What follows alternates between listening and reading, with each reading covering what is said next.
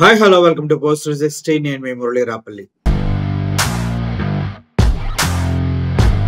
YSRCP party నుంచి దువ్వాడ శ్రీనివాస్ ని suspend చేయడం జరిగింది. ఆ సస్పెండ్ చేసిన దగ్గర నుంచి అనేక రకాలైనటువంటి చర్చలకు కారణభూతమైంది ఈ ఇష్యూ. కారణం ఏంటి? దువ్వాడ శ్రీనివాస్ ని ఎందుకు సస్పెండ్ చేశారు? దువ్వాడ శ్రీనివాస్ ని పార్టీకి అవసరం లేదా? అవసరానికి వాడుకొని దువ్వాడ శ్రీనివాస్ ని పక్కన పెట్టారా? దువ్వాడ శ్రీనివాస్ కి జరిగింది అన్యాయం అంటూ అందరూ అంటూ ఉండగానే, ఎవరు ప్రతిపక్ష పార్టీలు అంటూ ఉండగానే, దువ్వాడ శ్రీనివాస్ కూడా ఒక వీడియో రిలీజ్ చేసి కారణం ఏంటో తెలియకుండానే నన్ను పార్టీ నుంచి తీసేశారు, అయినా కూడా నేను జగన్మోహన్ రెడ్డి గారికి విధేయుణ్ణే, సస్పెన్షన్ అంటే తాత్కాలికంగా కొద్దిగా టైం ఇవ్వడమే, సో నేను పార్టీ కోసం పనిచేస్తాను, అందరి కోసం పనిచేస్తాను, వ్యక్తిగత కారణాల వల్ల నన్ను పార్టీ నుండి సస్పెండ్ చేయడం అనేది చాలా బాధాకరం, అది ఇది అంటూ దువ్వాడ శ్రీనివాస్ కూడా ఒక వీడియో రిలీజ్ చేయడం జరిగింది. ఆ వీడియో తర్వాత చూపిస్తాను. ప్రస్తుతానికి దువ్వాడ శ్రీనివాస్ అసలు ఏంటి, ఆయన ఎందుకు సస్పెండ్ చేయవలసి వచ్చిందో ప్రజలకి ఒక క్లియర్ కట్ ఇన్ఫర్మేషన్ ఇద్దామని నేను ఫిక్స్ అయ్యాను. విషయం ఏంటంటే, దువ్వాడ శ్రీనివాస్ ఏం చేశాడు పార్టీకి ఒకసారి ప్రతి ఒక్కరు ఆలోచించండి. దువ్వాడ శ్రీనివాసరావు చేసింది ఏంటంటే, అనుచితమైన వ్యాఖ్యలు వేరే పార్టీ వాళ్ళపైన చేయటమే ఫస్ట్ తప్ప ఆయన చేసింది. ఓకే, ప్రతి పార్టీ తన ప్రత్యర్థి పార్టీని తిడతాం కామన్ కాబట్టి అది మనం ఇక్కడ అంత సీరియస్ గా తీసుకోవాల్సిన అవసరం లేదు. దాని గురించి జగన్మోహన్ రెడ్డి గారు మాట్లాడినప్పుడు కూడా అది లైటర్ వేలో కన్వే చేసి పక్కన పడేస్తారు, అది that's not a big deal. But ఇప్పుడు ఏంటంటే అసలు ప్రాబ్లం, దువ్వాడ శ్రీనివాసరావు గారు వైఎస్ఆర్సీపీ పార్టీలోకి వచ్చిన దగ్గర నుంచి ఒక్కసారి కూడా సార్వత్రిక ఎన్నికల్లో విజయం సాధించలేదు. అంటే ఆలోచించుకోండి ఎలా ఉందో పరిస్థితి. 2014 గెలవలేదు, 2019 గెలవలేదు, కింజరప్ప మన అచ్చెన్నాయుడు కింద దగ్గర ఓడిపోయారు, ఆ తర్వాత 2024 ఓడిపోయారు. ఈ 3 సార్లు కూడా దువ్వాడ శ్రీనివాసరావు గారు పార్టీ నుంచి పోటీ చేసి ఓడిపోయిన వ్యక్తిగా రికార్డు సృష్టించారు 3 సార్లు కూడా. కానీ జగన్మోహన్ రెడ్డి గారు ఇంత కష్టపడి పార్టీ కోసం పనిచేస్తూ ఉన్నాడు, ఇన్నిసార్లు ఓడిపోయినా కూడా నిలబడ్డాడు అనేసి దువ్వాడ గారికి ఎమ్మెల్సీ పదవి కట్టబెడతాం జరిగింది. కట్టబెట్టారు కదా, ఏదో ఒక అధికారం అయితే ఇచ్చాడు కదా.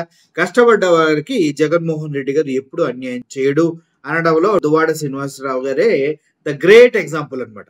ఎందుకంటే దువ్వాడ శ్రీనివాసరావు 2014లో ఓడిపోయాడు, 19లో ఓడిపోయాడు, 24లో ఓడిపోయాడు, అసలు ఆయన ఎమ్మెల్యేగా కూడా గెలవలేదు. కానీ జగన్మోహన్ రెడ్డి గారు ఎమ్మెల్సీ ఇచ్చారు. అంటే ఏదో విధంగా న్యాయం చేద్దామన్న ఒక ఉద్దేశంతో. మరి నీకు న్యాయం చేసినప్పుడు నువ్వేం చేయాలి?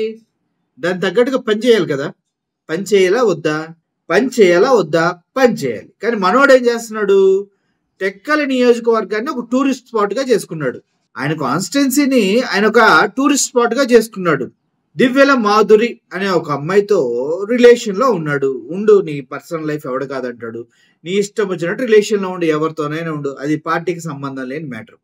సొంత భార్య పిల్లలు వచ్చి నీ ఇంటి దగ్గర కూర్చొని నువ్వు మా నాన్నవి అని అమ్మాయి, నా భర్త నువ్వు ఎందుకు ఇలా చేస్తున్నావని ఆ వాణి గారు, మన దువ్వాడ శ్రీనివాసరావు గారి వైఫ్ వాణి గారు అంతా అడ్డం తిరిగి నా భర్త అంటూ 2 నెలలు వాళ్ళ ఇంటి ముందు, దువ్వాడ శ్రీనివాస ఇంటి ముందు కూర్చుంటే వాళ్ళపై దాడి చేసి తరిమించేశాడు.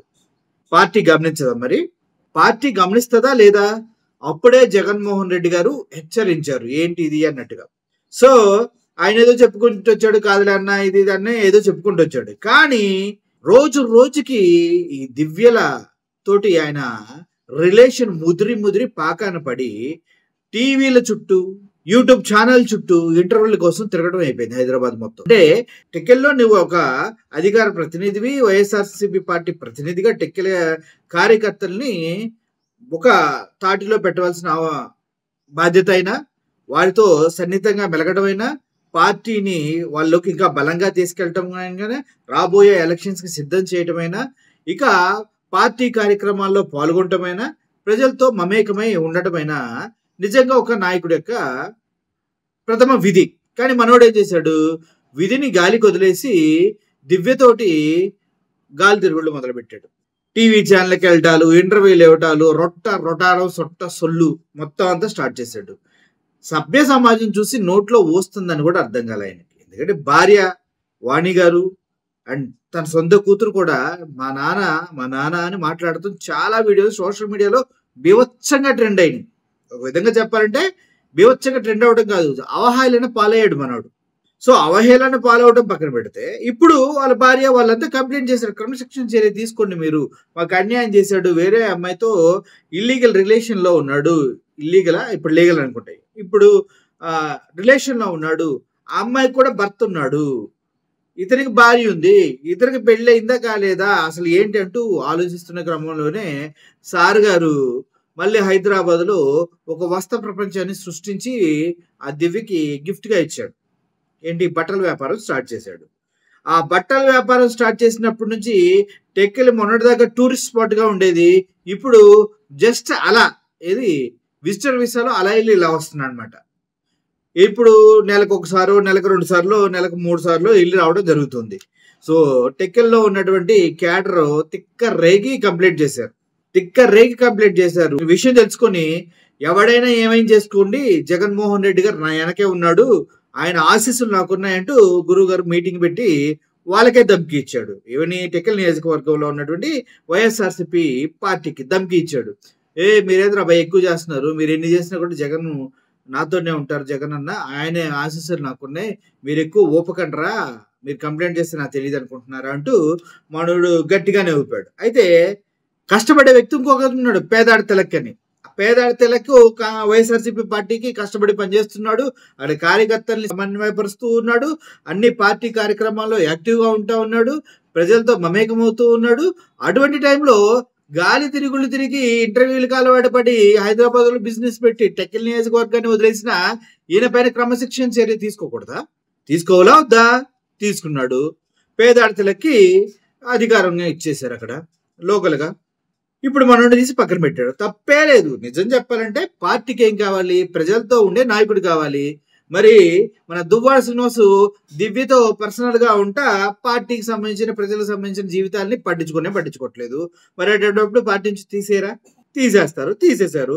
అయితే ఇప్పుడు పేదాడ తిలక్ ఎప్పుడైతే క్రియాశీలక పాత్రలోకి ఎంటర్ అయ్యాడో దువ్వాడ శ్రీనివాసరావు పరిస్థితి కనీసం పార్టీ కార్యక్రమాలకు కూడా ఇన్వైట్ చేయలేని సిచ్యువేషన్ అక్కడ ఏర్పడింది. అంటే ఒక్కసారిగా దువ్వాడ గ్రాఫ్ టెక్కల్ నియోజకవర్గంలో అక్కడ నుంచి నేల చూపులు చూస్తా ఉంది. ఇదంతా చేసుకుంది ఎవరు? చేతులారా దువ్వాడ శ్రీనివాసే. ప్రజలతో ఉండి ప్రజల సంక్షేమాన్ని కానీ, ప్రజలకున్న ప్రాబ్లమ్స్ కానీ తెలుసుకుంటూ వాళ్ళ తరఫున పోరాడే వ్యక్తి కావాలి. టెక్కల కాన్స్టిట్యున్సీలో పేదాడు తిలక్ చేస్తున్నాడు, మరి తిలక్ వదిలిపెట్టి దువ్వాడికి ఎందుకు ఇస్తారు అన్నాడు, కానీ తిలక్ ఇచ్చారు. పార్టీ అధిష్టానం అనేది చాలా క్లియర్ గా ఉంటది, ఎవడు పనిచేస్తున్నాడో వాడికే ఇస్తారు. లోకల్ క్యాడర్ కూడా కంప్లైంట్ చేస్తారుగా అన్న పరిస్థితి ఇలా ఉందని, వాళ్ళు కూడా కన్సిడరేషన్ తీసుకుంటారు కదా. 1, 2 అయితే ఓకే, నెంబర్ ఆఫ్ కంప్లైంట్స్ వస్తున్నాయి మరి దువ్వాడ శ్రీనివాస్ పైన, మరి ఎందుకు తీసుకోరు? సస్పెన్షన్ వేశారు, పక్కన పడేశారు. అయితే శ్రీకాకుళం మొత్తంలో తిలక్ గారే ఇప్పుడు వైఎస్ఆర్సీపీ పార్టీకి ఇన్ఛార్జ్, దువ్వాడ శ్రీనివాసు కాదు. అందుకోసమే సార్ ఈ వీడియో రిలీజ్ చేశారు. ఒకసారి ఈ వీడియో చూడండి. అందరికీ నమస్కారం. ఈ నెల 22వ తారీఖున వైఎస్ఆర్ కాంగ్రెస్ పార్టీ నన్ను సస్పెండ్ చేసినట్టు విడుదలైనటువంటి ఆ ప్రకటనకు ప్రతిస్పందిస్తూ నా అభిప్రాయం తెలియజేయాల్సినటువంటి అవసరం ఉంది కనుక ఈ వీడియో ద్వారా ప్రజలందరికీ కూడా తెలియజేస్తున్నాను. వైఎస్ఆర్ కాంగ్రెస్ పార్టీ గురించి మాట్లాడే ముందుగా జగన్మోహన్ రెడ్డి గారు నాకు ఈ స్థాయిని, ఈ గౌరవాన్ని, ఈ హోదాను ఇచ్చినటువంటి జగన్మోహన్ రెడ్డి గారికి నా ధన్యవాదాలు నేను తెలియజేస్తున్నాను. మరి ఈరోజు పార్టీ కోసం చాలా కష్టపడి పనిచేశాను, గొంతై మాట్లాడాను, గట్టిగా ప్రతిపక్షాల మీద విరుచుకుపడ్డాను. ఎంతో కష్టపడి పనిచేసినటువంటి నాకు అకారణంగా వ్యక్తిగత కారణాలు అన్నటువంటి కారణంతో నాకు సస్పెండ్ చేశారని తెలిసింది. అయితే ఇందుకు నేను పార్టీ నాకు అందించినటువంటి సహకారం, రాజశేఖర్ రెడ్డి గారితో అడుగులు వేసిన నేను, జగన్మోహన్ రెడ్డి గారితో నడుస్తున్న నేను, నా హృదయంలో జగన్మోహన్ రెడ్డి గారు ఇప్పుడు కూడా చిరస్మరణీయం. అయితే ఈ రాజకీయ క్రీడలో నేను బలయ్యానేమో అని నాకు అనిపిస్తుంది. అయితే నేటికి 25 సంవత్సరాలుగా ప్రజా జీవితంలో ఉన్నటువంటి నేను, ప్రజా సేవనే పరమావధిగా భావించిన నేను ఎప్పుడూ పార్టీకి ద్రోహం చేయలేదు, అవినీతి చేయలేదు, లంచాలు తీసుకోలేదు, అధికార దుర్వినియోగం చేయలేదు, భూ కబ్జాలు చేయలేదు. పార్టీ కోసం మాత్రమే అహర్నిశలు పనిచేశాను. ఈ జరిగినటువంటి పరిణామాన్ని నేను స్వీకరిస్తూ, సస్పెన్షన్ అంటే తాత్కాలిక విరామము. ఓకే, తాత్కాలిక విరామాన్ని ప్రకటించినప్పుడు నాకు ఒకటి గుర్తొస్తుంది. గురజాడ అప్పారావు గారు ఒక మాట చెప్పారు, విజయం కోసం విసుగుని వీడి విరామమెరుగక పని చేయండోయ్.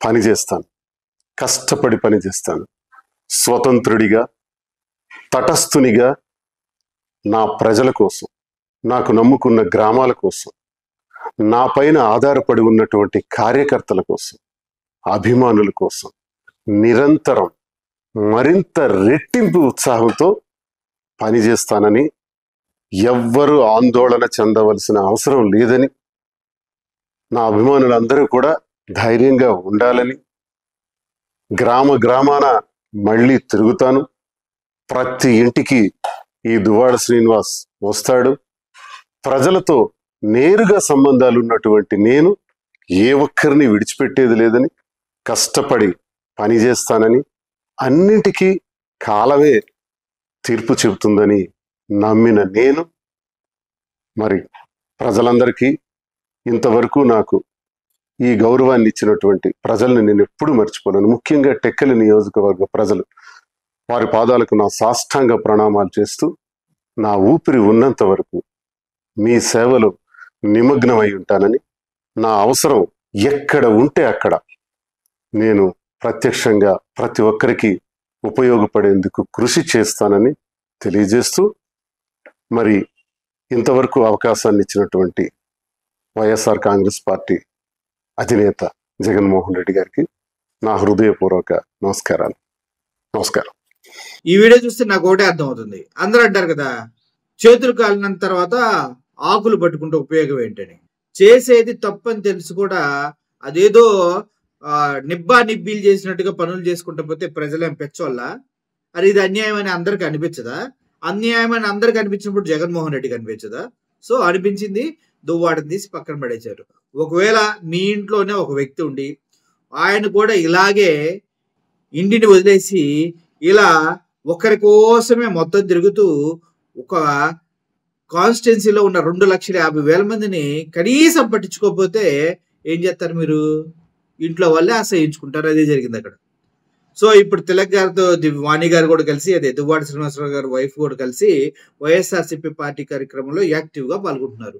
ఆవిడ కంప్లైంట్ కూడా చేసింది, సార్ నా బ్రతికేంటి చూడండి, ఒకసారి చర్యలు తీసుకోండి సార్ అంటూ దువ్వాడ వాణి గారు కూడా జగన్మోహన్ రెడ్డి గారు కంప్లైంట్ చేశారు. ఎన్ని కంప్లైంట్లు చూస్తారు పార్టీ ఎప్పుడైనా? సో గట్టిగా ఇచ్చారు, దువ్వాడిని దువ్వేసి పక్కన పడినొక్కారు. సో ఓవరాల్ గా ఈయన ఇప్పుడు కడ్డి తుడుపు చర్యలు ఎన్ని చేసినా కూడా కక్కిని కూటిని ఎవడు తినరు. సో వాస్తవానికి జరుగుతుంది ఇది, ప్రతి ఒక్కరు గమనించాలి. Thank you for watching this video. Murali సైనిగా, థ్యాంక్ యూ సో మచ్.